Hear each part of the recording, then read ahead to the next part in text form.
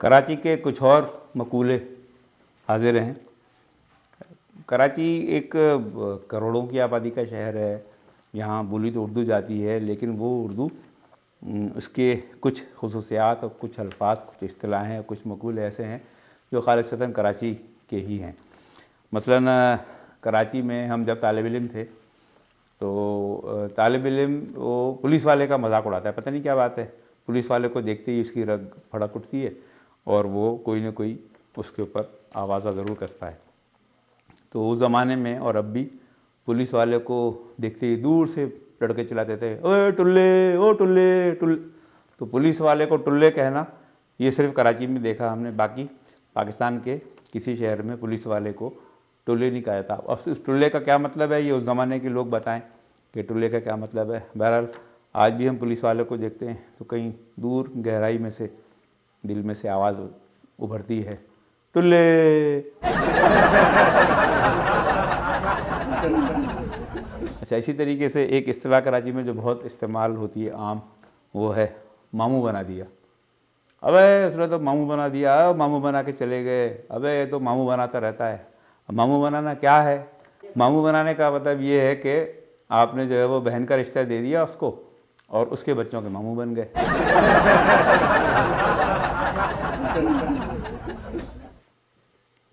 इसी तरीके से कोई शख्स बहुत ज़्यादा बड़ी बात कर रहा हो, ज़्यादा रौब डाल रहा हो और अपने आप को रौबदार शख्सियत बना के पेश करना चाह रहा हो तो सामने वाले बोलते हैं, ओ भाई ज़्यादा चौड़े मत हो, ये इतने चौड़े होने की ज़रूरत नहीं है।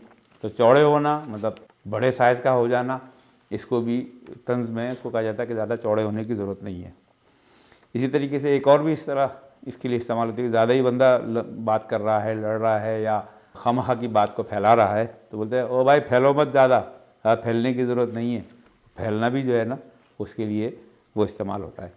इसी तरीके से अगर कोई शख्स जिसके बारे में बात हो रही हो और वो अजीब अजीब हरकतें करता हो, सामने कुछ हो, पीछे कुछ हो, उल्टी सीधी उसके जो है वो चीज़ें लोगों तक पहुंच रही हों, तो उसके बारे में बोलते हैं, ओए भाई वो रहने दो भाई इसको, वो बहुत बड़ी फिल्म है भाई। बहुत बड़ी फिल्म क्या मतलब वो जिस तरह फिल्म होती है, 3 घंटे की फिल्म होती है, तरह तरह की कहानियाँ चल रही होती हैं, कई हीरो की चल रही होती है, कोई विलन की चल रही होती है, कोई साइड हीरो की चल रही होती है, तो उसका सिरा ही नहीं मिलता लंबी फिल्म का। तो इसलिए जिस बंदे का सिरा ना मिले, जिस बंदे की शख्सियत आपके समझ में ना आ रही हो, उसको उस शख्स के बारे में कहते हैं कि अबे बहुत बड़ी फिल्म है भाई। इसी तरीके से कोई झगड़ा हो रहा हो आपका और जिसके साथ झगड़ा हो रहा है उसके कुछ राज आपको पता हो और वो राज आप उसके महफिल में खोल दें तो वो क्या कहलाता है कि अबे यार उसने तो उसकी सारी पोल पट्टियाँ खोल दी, अबे तो पोल पट्टियाँ खोल दी सारी इसने, ये तो उसकी पोल पट्टियाँ खोल देगा। अब पोल पट्टियाँ क्या है?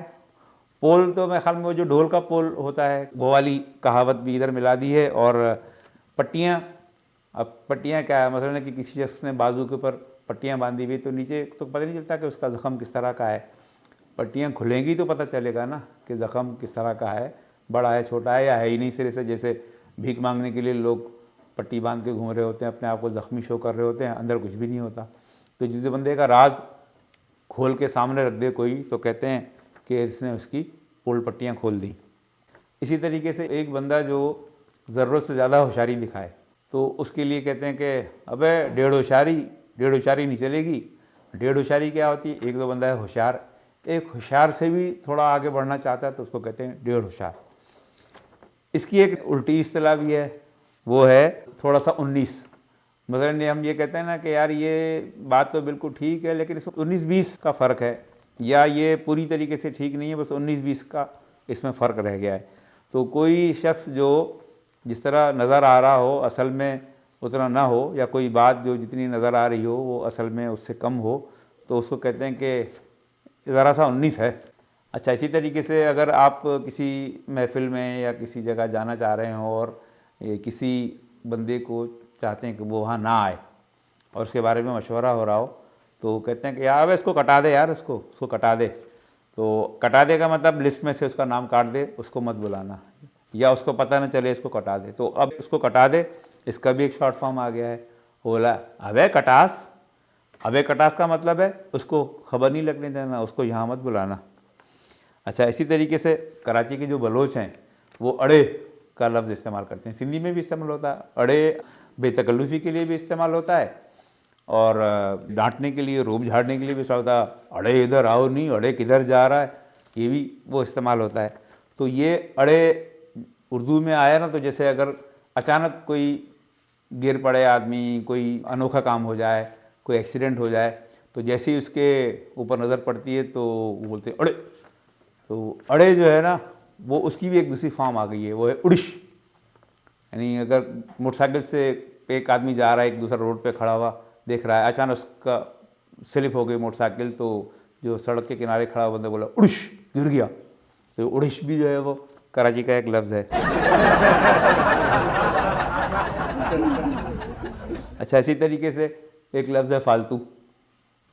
फालतू का मतलब है बेकार, यानी किसी काम का नहीं। अब फालतू की एक सुपरलेटिव डिग्री भी है, वो है बेफालतू। बहुत ही बेकार जो होगा वो बेफालतू होगा।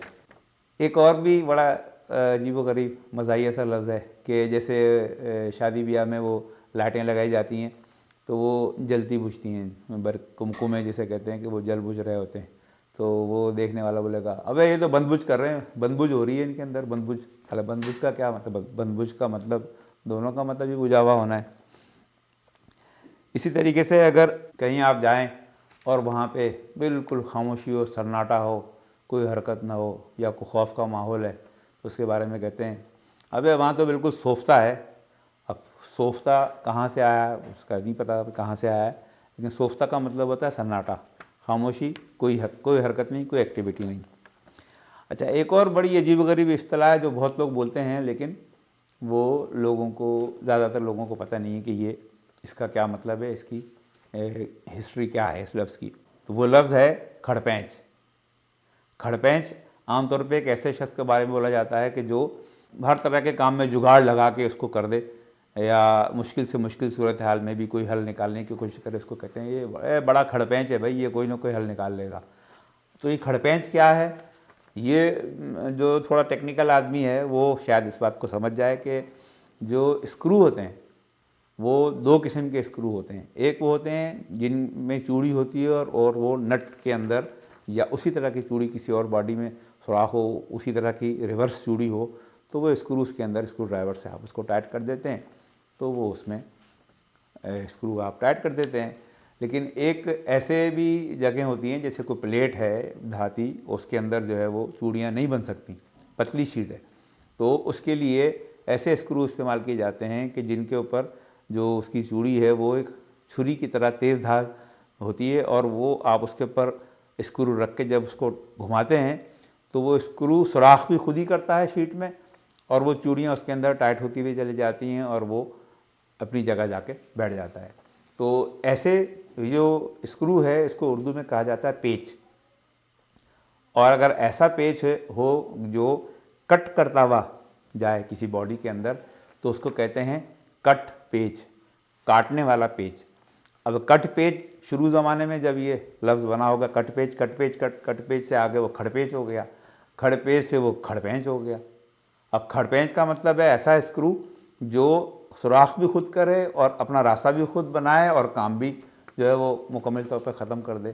तो इसलिए ये इस्तिलाह एक ऐसे शख्स के लिए इस्तेमाल की जाती है कि जो मुश्किल के अंदर भी रास्ता निकाल ले, तो वो उसको खड़पेंच कहते हैं। लेकिन आमतौर पे ये लफ्ज़ जो है वो तंज़ में और मजाक उड़ाने के लिए इस्तेमाल होता है। जुगाड़ू के लिए समझे कह सकते हैं कि जुगाड़ लगाने वाला, मुख्तलिफ़ तरीक़ों से अपना काम निकालने वाला शख्स, उसको जुगाड़ू को आप खड़पेंच भी कह सकते हैं। अच्छी तरीके से एक और लफ्ज़ है फुलतरू। अब फुलतरू क्या है? फुलतरू जैसे कोई चीज़ दुम की तरह लटक रही हो या कोई सिरा जो है वो परांदा अज़ारबंद लटक रहा हो, तो वो उसको कहते हैं कि अबे ये फुलतरू लटक रहा है इसका। अब फुलतरू है क्या, इसके हवाले से जो मालूमात मेरी हैं तो फुलतरू उस डोरी को कहते हैं फुलतरू, जिसको वो उस एक जो जनरेटर के अंदर, वो जनरेटर जो बैटरी से स्टार्ट नहीं होते, जिसमें सल्फ नहीं लगा होता, बल्कि वो डोरी खींच के उस जनरेटर को स्टार्ट किया जाता है। तो वो जब आप स्टार्ट करते हैं तो वो उसकी डोरी पकड़ के और ख़ासा पीछे तक खींचते हैं, उसके बाद छोड़ते हैं, तो वो उस क्रैंकिंग से वो जनरेटर स्टार्ट हो जाता है।